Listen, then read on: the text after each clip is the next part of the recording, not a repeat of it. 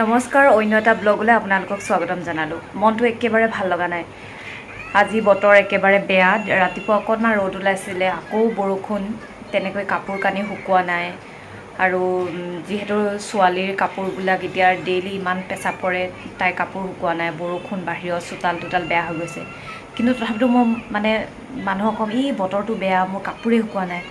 সাধাৰণ কাপোৰটো নোহোৱাৰ কাৰণে, গাত দুটোপালমান পানী পৰাৰ কাৰণে এনেকুৱা কৈছোঁ, অশান্তি কৈ আছোঁ। তেতিয়াহ'লে সেইসকল মানুহৰ কি হৈছে, যিসকলে আজি 10-20 দিন ধৰি তেওঁলোকৰ মাটি ভেটি পানীত বুৰ গৈ আছে, খাবলৈ এটোপা পানী পোৱা নাই আৰু আশ্ৰয় শিবিৰত থাকিবলগীয়া হৈছে।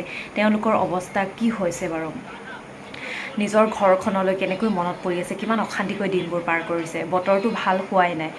আৰু যিসকলে এনেকুৱা সময় তেওঁলোকক খাদ্য যোগান ধৰিছে, তেওঁলোকক সহায় কৰিছে, সেই সংগঠনবোৰ, সেই মানুহসকলক অশেষ ধন্যবাদ। কাৰণ যেতিয়া বিপদত পৰে, কোনোবাই সহায় কৰে, তেতিয়া সেই সময়তহে এই অনুভৱটো বুজিব পৰা যায়। যি কি নহওক, এইটো কাৰণে বহুত বেয়া লাগিছে। এতিয়া দুটামান নিউজ চালোঁ, মাজুলীত 2জনৰ মৃতদেহ, আৰু ৰেগুলাৰটো ক'ৰবাত নহয় ক'ৰবাত মৃতদেহবোৰ ওলাই আছে। যেতিয়া চিনাকি কাৰোবাৰ মৃতদেহ ওলাইছে বুলি কয়, তেতিয়া বেছি দুখ লাগে।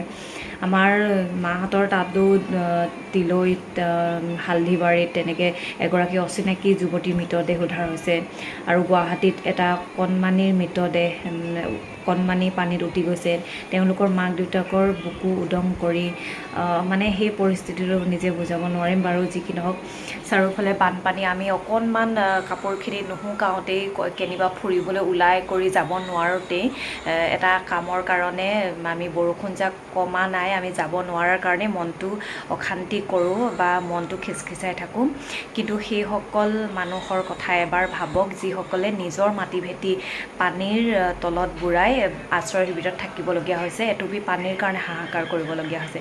সেইকাৰণে অকণমান পৰিস্থিতিৰ কাৰণে মন বেয়া নকৰিব, আৰু যিমান পাৰে তেনেকুৱা মানুহবোৰক, ওচৰে পাঁজৰে বানপীড়িত মানুহক সহায় কৰিবলৈ যত্ন কৰক।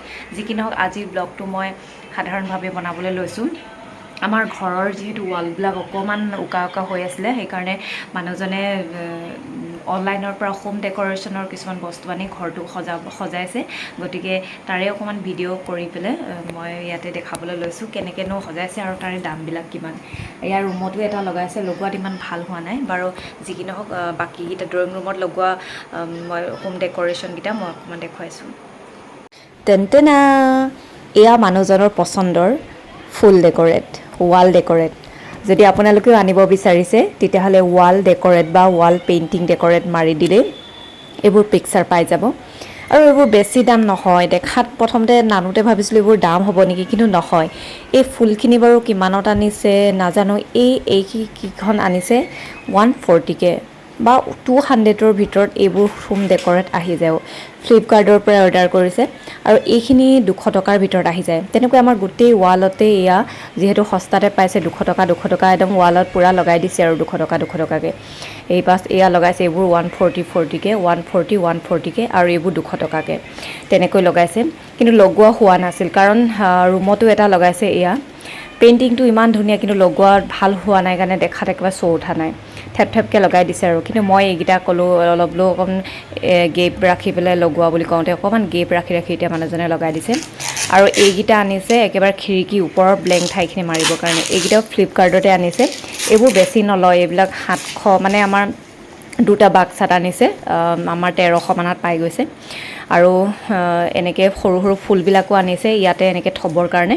ফুলবিলাকো চাগে এটাত 100 টকা, 60-70 টকা মানত আহি গৈছে। আৰু এইটো ফিটিং কৰিবলৈ যিহেতু এটা গ্ৰিল মেচিন লাগিব, আৰু ইয়াতে এটা নট কাৰণে এটা ঠাই তাতে দিয়ে দিছে কোম্পেনীয়ে। এইটো বাকচটো কাঠৰ হয়, আৰু ভাবিছিলোঁ ৱেট নাই নেকি, কিন্তু ৱেট আছে। এইটো যিটো প্লাইবৰ্ড বুলি কয়, প্লাইবৰ্ডৰ নহয়, কাঠৰে হয়, আৰু হেভিয়ে আছে বস্তুটো। আৰু ইয়াত গ্ৰিল মেচিনটো আনি পেলাই আমাৰ ঘৰৰ মেকানিকে এয়া লগাইছে। এইটো জোখ কৰি ল'ব লাগে, আৰু যোনটো নট আহে ন ইয়াৰ লগত, সেই নটটো জোখ কৰি ৱালত এনেকৈ গ্ৰিল কৰিব লাগে।